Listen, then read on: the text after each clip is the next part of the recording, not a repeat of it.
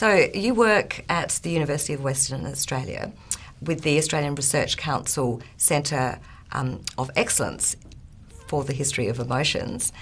One of the assertions that the centre makes is that emotions make history. Can you elaborate on the reasons behind that assertion? Absolutely, Lucy.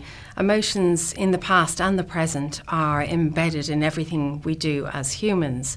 So uncovering how emotions performed in the individual, in groups and in nations help us to understand the past.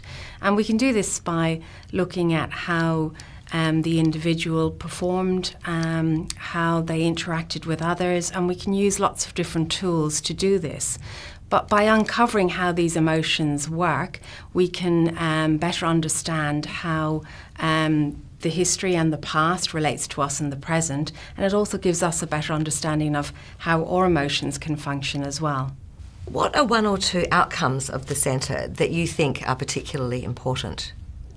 Well, I think the research programme, through its 4 streams, which are meanings, change, performance and shaping the modern, each of those streams have made very important contributions in their own right.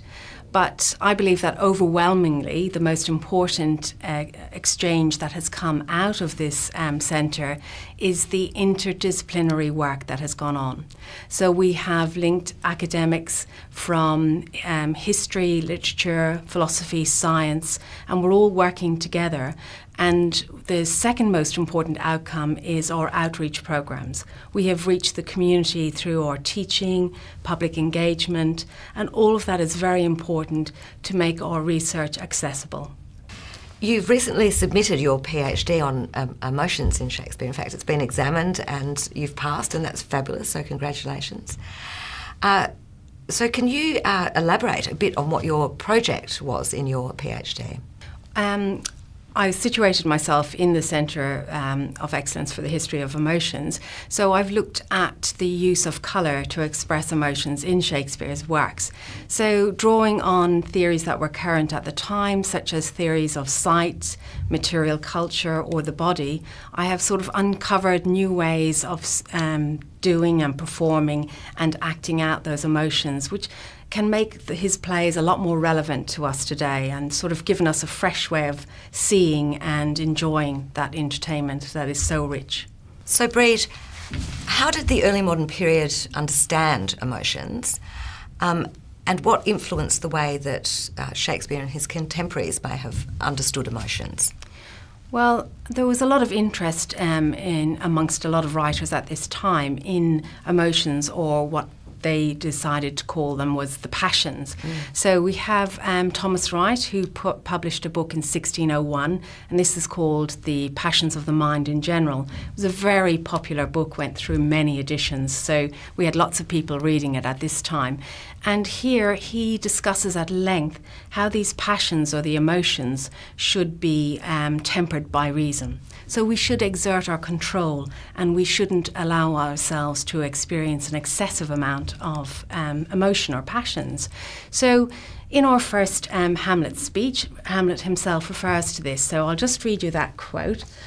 "What a piece of work is a man! How noble in reason, how infinite in faculty, in form and moving, how express and admirable." So here Hamlet is talking to that piece of work by Wright. He's suggesting to us that the man that he is talking about is very noble because he is able to control his motions. So when he says form and motions here, he could be meaning the body and the movement or the body, but motions also meant passions and emotions. So he's admiring the reasonable, well-controlled emotional man as well. Hamlet's to be or not to be speech is without doubt the most famous and well known of all of Shakespeare's, or all quotations of Shakespeare. What does that particular speech, what can that tell us about emotions? Well, if we read towards the end of that speech, and here we have Hamlet talking about conscience making a coward of us all. So what he really means here is he doesn't have the will to act with courage. So his courage isn't there, so he's not feeling that oomph to get out there and do. So he's talking about to be or not to be. What he actually says, and I would like to get those words, Hamlet's very important words, right for us. He says, "And thus the native hue of resolution is sicklied o'er with the pale cast of thought." So what he's talking to here is the idea in the early modern period that emotions were part of the body. So they cause a physical reaction. So it causes him to turn red or go pale, and we can see that. So people in the audience were very familiar with emotions causing you to go to pale, to get thin, to shake. All those sort of bodily effects were known. So he's telling us that he's going to feel fear, and we can see that because he will turn pale. So it's quite an interesting concept, really. It's a fascinating concept.